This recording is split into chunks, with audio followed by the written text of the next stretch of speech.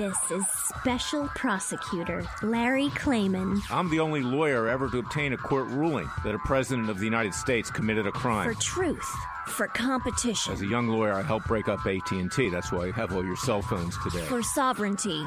For the Republic. I'm the guy who at Judicial Watch, which I founded, uncovered the Chinagate scandal. Millions of dollars going to the Clinton campaign, corrupting our political system. For the privacy of citizens. And I'm the only guy to have enjoined the National Security Agency from mass surveillance on hundreds of millions of Americans. Tearing it up. I'm the son of meatpackers in Philadelphia, Pennsylvania. I know how to slice and dice. Bringing it back. We're going to take this country apart and put it back together again in the way envisioned by our founding fathers. It's not just talk. We're not just regurgitating news stories. Larry Klayman, special prosecutor, is making the news. And now, here's Larry. Welcome to this week's edition of Special Prosecutor with Larry Klayman. As I said earlier in the week, the beat goes on. The post-election aftermath, the massive fraud that was committed on the American people, that is on the verge of installing the brain-dead Joe Biden and the evil witch Kamala Harris as president and vice president of the United States.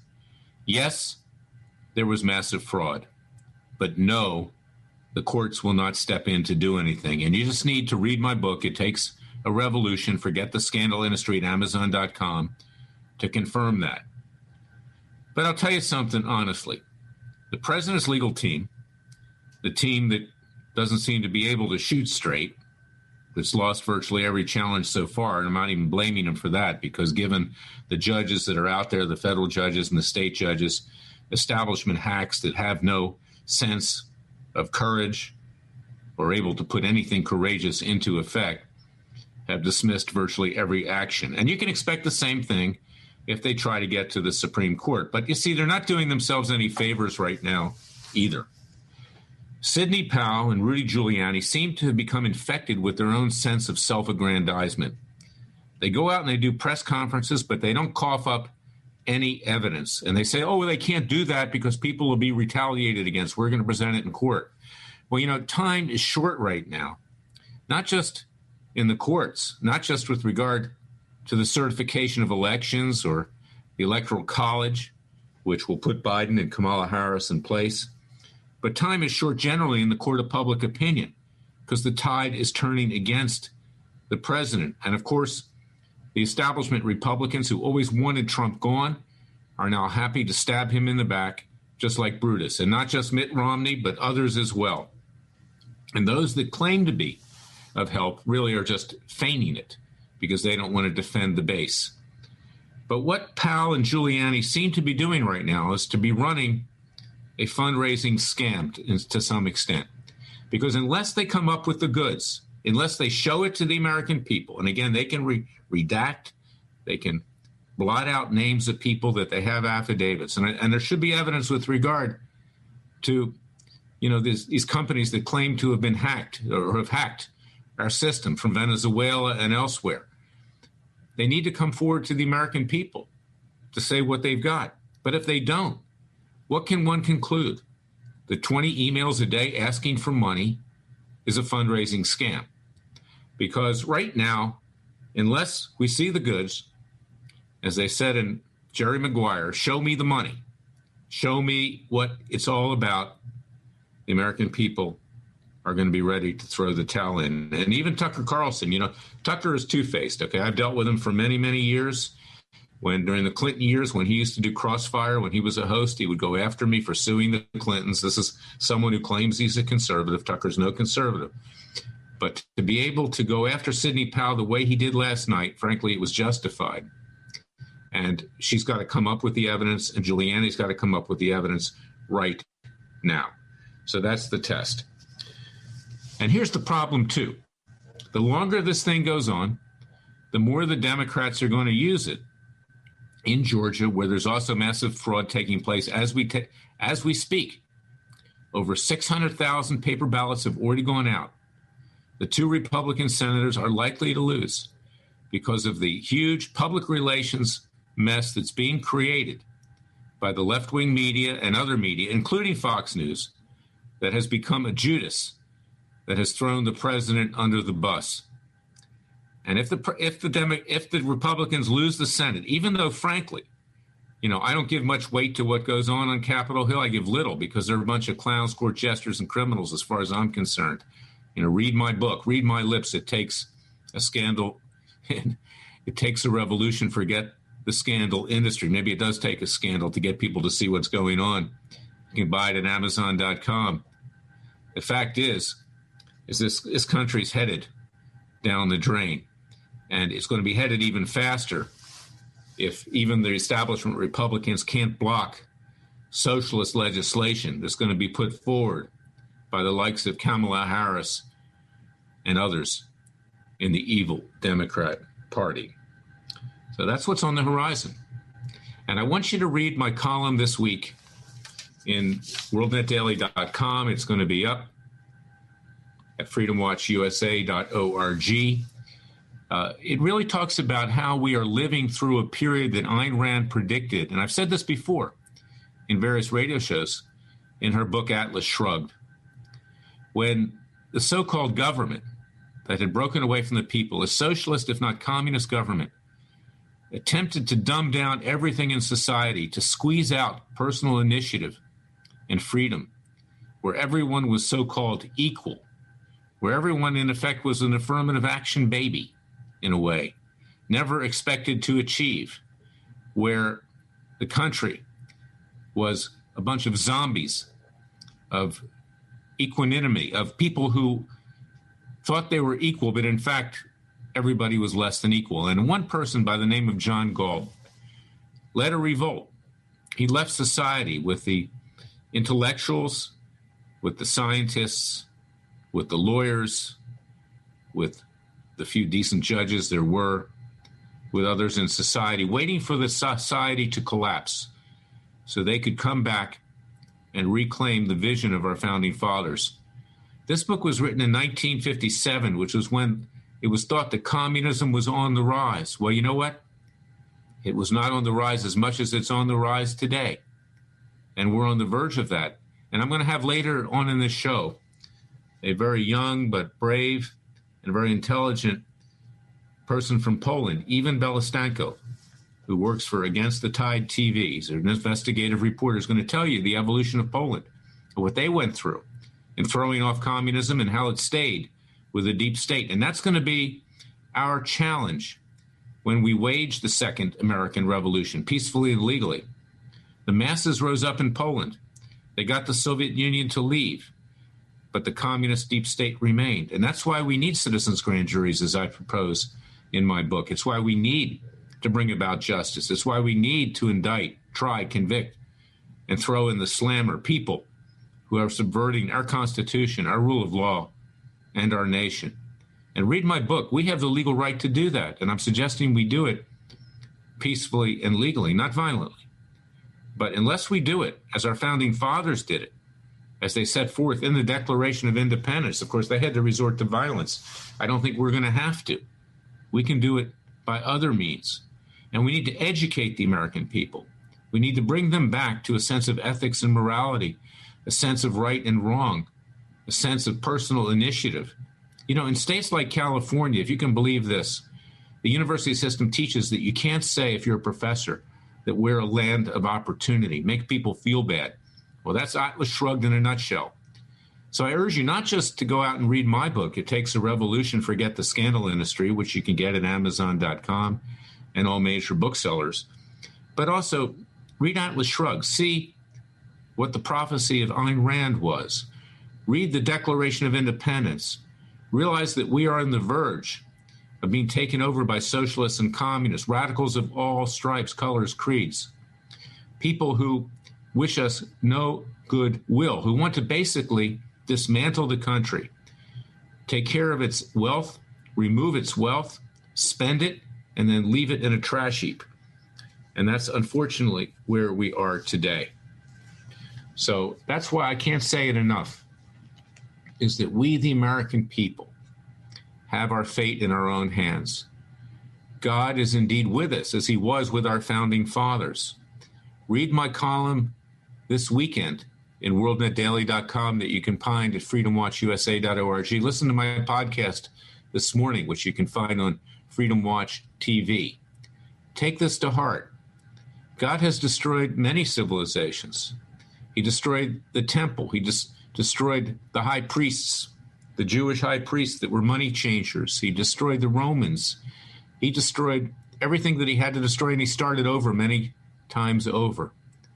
And he is on the verge of doing it again unless we pull ourselves out of this nosedive. And yes, we are in a nosedive.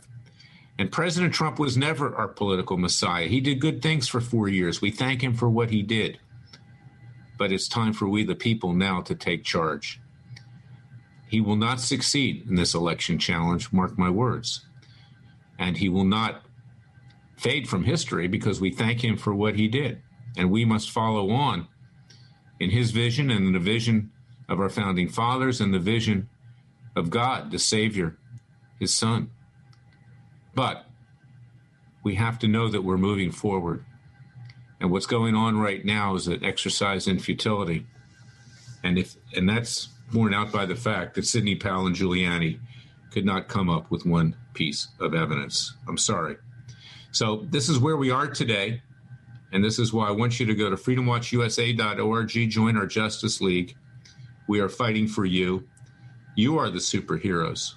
You are the people who will save the country, not the politicians, not the judges, not the lawyers. I can only tell you after 43 years, the legal profession is the most corrupt profession in this country, even more corrupt than prostitution, as Mark Twain said. He said, well, you know, the difference between politicians and lawyers and prostitutes is that prostitutes actually perform a service. Well, you know what?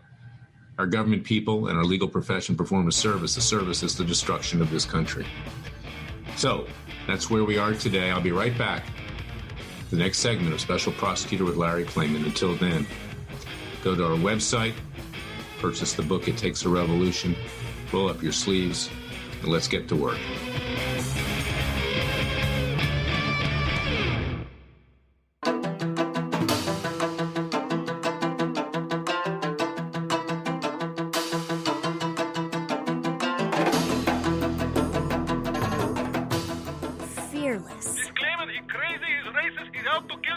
Dangerous. Don't care. Use the court and the law. Lethal. This is bad. Special Prosecutor Very bad. Larry Klayman. If you'd like to support Freedom Watch and this radio show, go to freedomwatchusa.org. Among the various things that we need to do other than reclaiming the country and taking control peacefully and legally is to clean up our legal system, which is a cesspool. The judges that we have on the federal bench in particular today, and many in the state courts, were bought and paid for with political campaign contributions from large law firms, corporations, labor unions, and others. They are just like the yes men who were on the court of St. James of King George III. And when the king took our legal system back to London, that was the final straw which caused the founding fathers and the colonies to revolt, to form a new nation. Now, I've got some cases going through the courts right now. There's a couple good judges that are out there. There aren't many.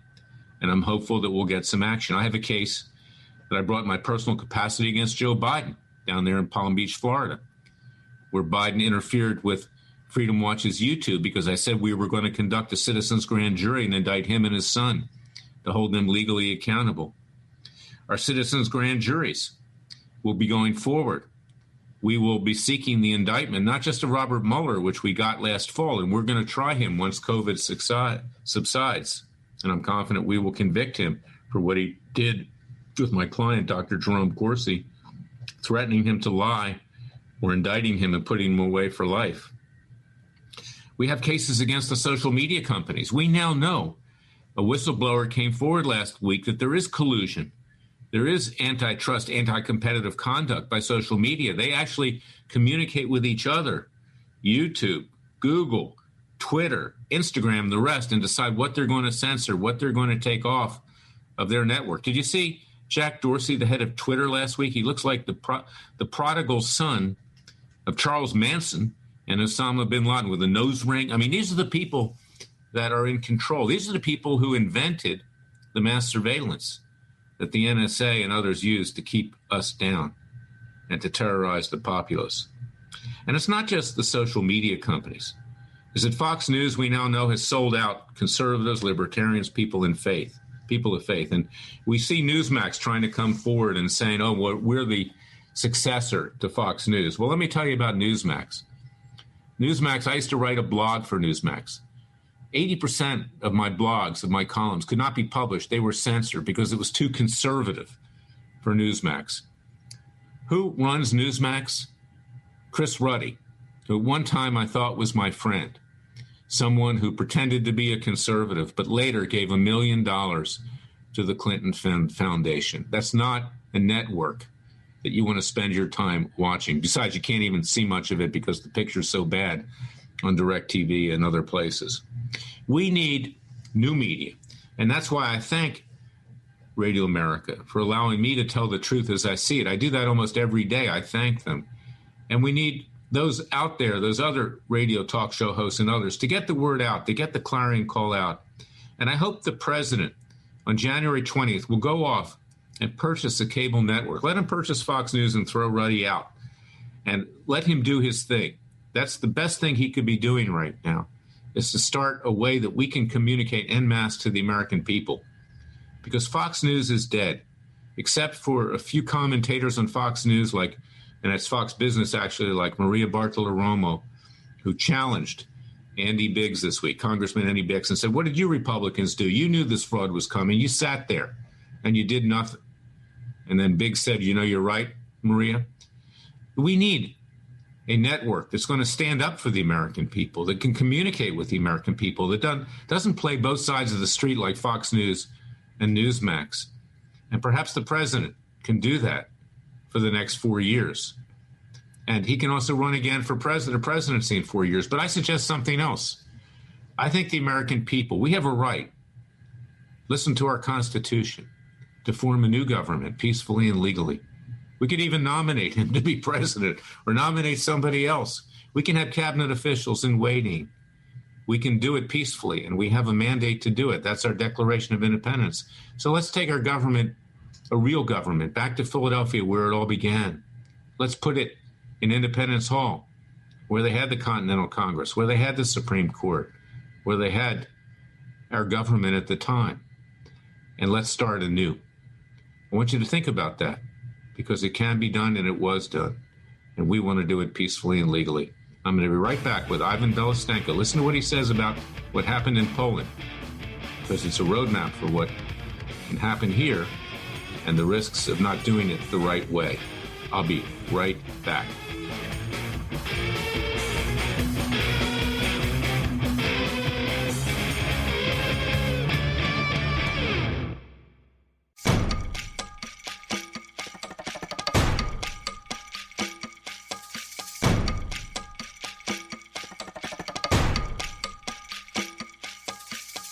And now, 4 words that make corrupt politicians make wee-wee in their little pants. Transparency and the rule of law will be the touchstones of this presidency. But we have to pass the bill so that you can find out what is in it. Special Prosecutor Larry Klayman. Be the one who makes our country great again. Go to freedomwatchusa.org and donate. I'm back with Ivan Belostenko, an investigative journalist and reporter, a very brave individual who I've come to know over the last many months, with Against the Tide TV in Poland. Now, notwithstanding the fact that Ivan's a very fine person, he's a Christian, and he's someone who believes in freedom, I wanted him to come on the show. He's a young guy, to talk about what happened in Poland, how the Soviet Union was pushed out of Poland, and what happened after that. Because what I'm saying here is that we can wage in this country a peaceful and legal revolution. We don't have to fire a shot. In the early days of solidarity in Poland, in the early days in the shipyards and elsewhere, with the help of the Catholic Church, which at that time, had good intentions, at least in terms of Poland and Pope John Paul II, people rose up in mass, hugely in mass. And it reminds me of what Jefferson said, the famous quote, when the people fear the government, there's tyranny. But when the government fears the people, there's liberty. We are at the point that we have to do the same thing right now here in this country because we have no government. I've written a column. It'll be on worldnetdaily.com this Friday and over the weekend. And it talks about how the country is being taken down to ground zero, almost like Ayn Rand's Atlas Shrugged, where John Galt left with industrialists, artists, scientists, doctors, the learned society, people that built the country, exited stage right, as we would say, and waited for the left to destroy the country, socializing it, communizing it, and then they would return and then reestablish the vision of our founding fathers. And in this book, Atlas Shrugged, which was written in 1957, when communism was thought to be rising in this country, of course, now it actually has risen, as it's rising throughout the world yet again. And Ivan will talk to that about that. It was thought that this was going to be a real threat. And Ayn Rand saw the future, and the future is now with us. So what I'm saying in my book, It Takes a Revolution, Forget the Scandal Industry, is that we can rise up. We can use peaceful and legal means, citizens' grand juries to bring the criminals in government and on the courts accountable. And the American people can rise up in mass, and we can show the government it's time for them to leave, both the Democrats and the Republicans who have succeeded in destroying this country. And even the Republicans, they're the ones that want to get rid of Trump too, the establishment Republicans. They didn't like it, that he surmounted them, that he went above them, that he went to the people. They don't want you to go to the people. They want to continue to enrich themselves at our expense in Washington, D.C., throughout state capitals, and with their yes men on the courts, make sure that they cement their hold on power. We're on the verge of becoming a socialist, if not communist country. President will not prevail, I'm sorry to say that, in the election challenge because of the judges.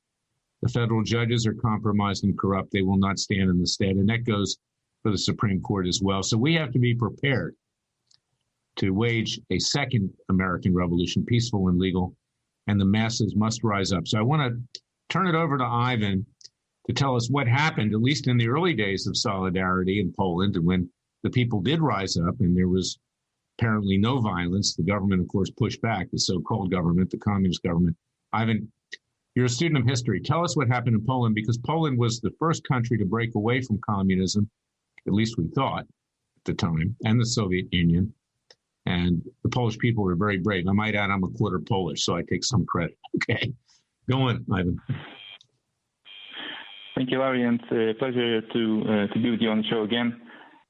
So yes, like you said, the initial plan of the solidarity movement in Poland was a non-violent revolt, a general strike, and it was supposed to lead to fair elections, where a new government was supposed to be put in place, not the communist government that existed. It wasn't officially communist; it was Polish, but everybody knew that it was communist. So this was the intention. U.S. as well was supporting Poland in their efforts during that time. But unfortunately, even though most people think that Poland is free today and we managed to get rid of communist regimes, it didn't actually happen, because what happened is these guys just went and became the Polish deep state that we have now. It's very deep. It's very, very deep. All the judges that we have now, they're new judges. None of the existing ones are from that era. And the ones that used to rule at the time, used to give rulings at the time during the communist era or post-communist up to 1980s, and none of them ever suffered any punishment. None of them went to prison. So they just basically all the communists switched from uniforms to suits, and they moved from the communist era or post-communist before the 1980s to the new era, which they are still are in power today, without suffering any damages or any punishment for their crimes. So the concept is good, and I agree that the concept of peaceful revolution using the legal means that we have, you guys in the U.S. have much more of them, because you have the Constitution well written by God-fearing people, and like you say in U.S. that the reason why the Constitution is so thin is because the Bible is so thick. So you have the means. We, of course, we are the same people. We're all men. So we could have those means as well, but unfortunately, Poland has been also brainwashed by the globalist, Catholic Church from Rome, and we don't have the biblical foundation that people in the U.S. have. So it's a switch, it's a mental switch that has to happen here in Poland. That haven't happened on a global scale, on a major scale yet. But like I said, I support the idea of peaceful revolution, because if we look through history now, there was never a revolution, a bloody revolution that brought in itself, just a bloody revolution never brought on an actual change. The change has to happen within the minds of every person. They have to understand that there needs to be a solid foundation, and like you have the foundation of America, the Bible, and the Constitution that is derived from that. Like I said, that's the proper foundation that we should have in Poland, and that's what we're working on in Against Light TV. We are biblical television. We're Christians, and we're sharing the message of the gospel, and that's how we're trying to renew the minds of people. Because, like the Bible says, where the Spirit of the Lord is, there is liberty, and that's what we strive for. But that didn't happen yet in Poland. We're hoping until someday in the future. Well, it hasn't happened here yet either, but that's a good lesson, Ivan, because even when we reclaim this country, and we have to right now, because we're on the edge of going down for the count, finally, particularly with Biden. I predict that Biden, when he becomes president, won't last 6 months. He's got severe neurological problems. He's had several strokes, it's been reported. And of course, a la Hillary Clinton, Biden may not wake up one morning. And then we have people in charge of the extreme left, communists, socialists, radical Muslims, radicals on the Jewish left, radicals everywhere, taking control of this country and turning it into a Soviet-style gulag. Maybe not quite as bad, but almost. And then when we remove them, hopefully peacefully and legally, they'll seep back into the body politic through the deep state, which is there. And that's what I write about in my book. It takes a revolution, forget the scandal industry, and that's why we do need justice. And that's why, because we don't have judges that will mete out justice, our judges, as you know, Ivan, are bought and paid for, particularly on the federal bench. They get there on the basis of political campaign contributions. Money talks, nobody walks. They're obviously the disciples, the stooges, frankly, of those who put them in power. They're the yes men, like they were on the court of St. James under King George III in the days leading up to the revolution. And that was the basic reason for our revolution, was to take back our justice system. And that's where we are today. So, yes, we have a big job ahead of us, and Poland does too, and other countries do as well. And the country needs to be educated in the ways of the Judeo-Christian ethic and the Father and His Son. That's true. We do. Right now, in this country, we've got radical... Book, Larry. Yeah, go on. Go on. I started reading the book, and I think anybody who really wants to understand the state of the U.S. Legal branch, the judiciary branch, I really recommend the book, because it's sort of like almost like an encyclopedia of the current corruption that is taking place. It's a great summary. I'm about midway through it.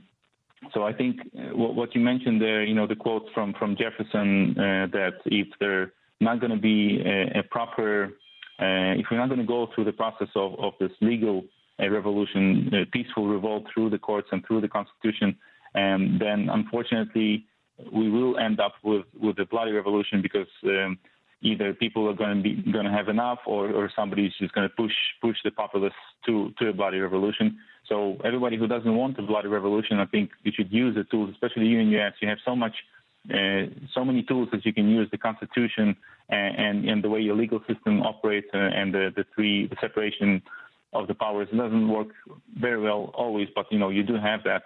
So I think people who don't want to end up in an actual revolution with people being shot and stuff, should use yes, that's what we're trying to avoid. And we see that's what we're trying to avoid, Ivan. And just in the last few days, we see governors, in California and New York and elsewhere, Pennsylvania, taking complete control of the people, saying that they even have to wear masks in their own homes. I was somewhat joking earlier in the week, does that mean that we have to wear a mask when we have sex? I mean, it gets to the point of absurdity.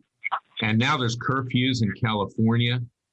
They're taking dictatorial control of this country, and they're using COVID-19 as an excuse to do it, the left. Are they doing the same thing in Poland?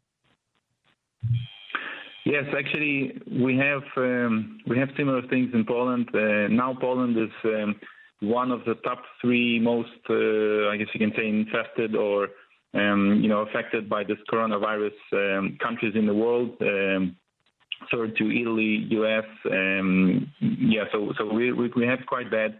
We heard from the Minister of Health today that we're going to have restrictions towards Christmas. On the holidays, we're only going to be able to have a close family, no friends, no relatives, remote relatives, only close family to celebrate Christmas.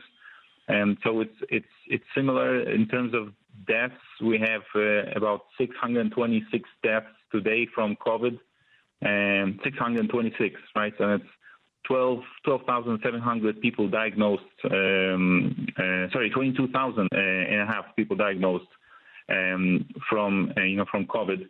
So it's the same, but I want to add something. I want to add a perspective to this pandemic, right? Because what happened, and you talked about it on our television, Larry, first time you came on, the fact that there's it's quite plausible, it's quite possible that the intelligence agencies withdraw information from President Trump about this pandemic, which prevented him from reacting earlier and doing even more to stop this and caused him also to say some silly things.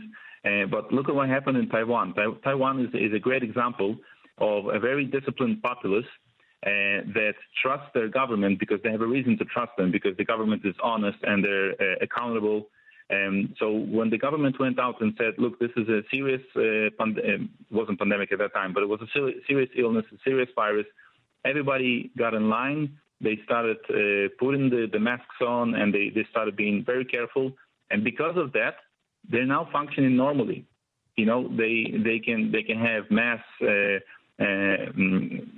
mass concerts, gatherings. They don't have they have those restrictions, right? But they don't even have that many infections. Like, for example, 24 million people live in Taiwan. Well, we're running out of a little time on this segment. I'm going to hold you over to the last segment, the verdict, for a couple of minutes, Ivan. But one thing I want to say before we go over to that last segment on the verdict is that they did that voluntarily. They weren't forced with police power to do it. And that's what we're going through in this country. And some of our sheriffs are refusing to enforce these orders, which is good. I'll be right back with the verdict on Special Prosecutor Larry Klayman.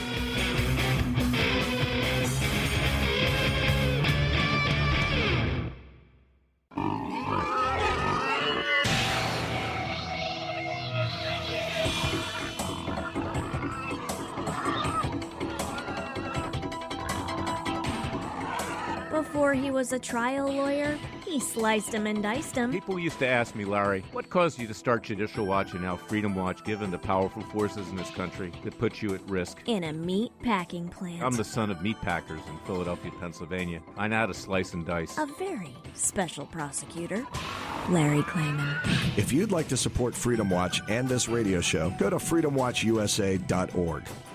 I'm back with the verdict. Fellow patriots, friends, supporters, people of faith, conservatives, libertarians, and everyone who isn't a radical socialist and communist. Let's put it that way.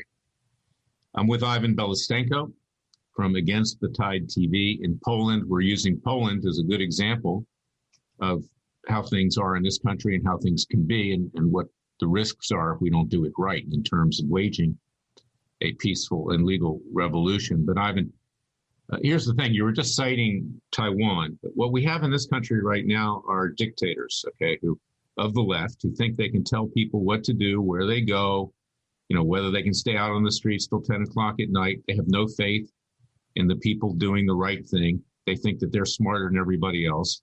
And, of course, we have governors like Governor Andrew Cuomo in New York, who literally have killed thousands of elderly people with his orders, which allowed COVID-infected people into nursing homes. He will pay the price for that someday, legally. One of the problems in this country is that there is immunity for public officials. It's very difficult to break through it. And that's something that I want to change, is that when we do wage our peaceful revolution, We're going to remove the immunity for public officials, for judges and others. They need to be held accountable. And that's why in this country I've advocated in the book, It Takes a Revolution, Forget the Scandal Industry, Citizens Grand Juries, that we will mete out the justice. The people will mete out justice. And we will do it fairly, and we'll do it in a way that actually works. But just want to get your final thoughts for about a minute, because I want to conclude this on another area as to where you think Poland is headed right now. Where will it wind up, given the fact that you have this deep state that seems to be intractable? Well, if we don't succeed of getting rid of this deep state, we're going to end up where we were during the Second World War, or even before that, when we lost our country altogether. We're going to end up swallowed by Germany and probably Russia, or some sort of different mix of that kind of thing. So we're going to lose our independence basically. So that's in a nutshell. If it's either us or the deep state, really. So we have to get rid of it. And if we don't, we lose our independence. And again, that's a good example for the United States, because if we don't shape up, we're going to be shipping out, and we'll be all under the domination of powers like communist China, for sure. And I still don't understand why our government, including President Trump, has not sought compensation for the huge damage that's being done to this country and to the world. And Ivan and I are going to be working on that issue in the near future, medium future, and distant future. We're going to be working together. Ivan, I want to thank you for coming on, Special Prosecutor with Larry Klayman. You're a very intelligent person, and you're the kind of person that will save not just Poland, but the world if people listen to what you have to say. Thank you, Ivan. God bless you. I want to conclude by pointing out what our Declaration of Independence said. Written by Thomas Jefferson, edited by Benjamin Franklin and others, obviously John Adams, the other founding fathers. It starts off by saying that when the bonds of government are broken, the people have a God-given right, if not duty, to abolish that government and to form a new government by and for the people with certain inalienable rights. And that's what we've got to do now. We've got to do it peacefully and legally. And that's why I brought Ivan on, because you see, that's what they attempted to do in Poland. They didn't succeed. But we in this country need to succeed for the benefit, not just of ourselves, but for other countries like Poland, because we are the beacon of the world. And so goes the United States, so goes the rest of the Western world and the world in general. And that's the responsibility that we have. And that's why I do want you to go out and purchase my book at Amazon.com. It Takes a Revolution, Forget the Scandal Industry. And I want you to read the Declaration of Independence before you read that, because we are at the very end. And despite the fact that there are those out there trying to sell a bill of goods right now, that somehow the president's going to be bailed out by the courts. Yes, there was massive fraud, but the courts are not going to do it. So it's not just up to ourselves, but it's up to God. He will shepherd us through this. And we, the people, must now rise up and take our country back before the Joe Bidens, the Kamala Harrises, the Ilham Omars, the Rashida Tlaibs, the Bernie Sanders, the rest of them completely destroy this country. And we're on the verge of it. Thank you for listening to me. I'll be back next week with another edition of Special Prosecutor with Larry Klayman. Until then, God bless you. God is with us. Remember that. And thank you for listening to me.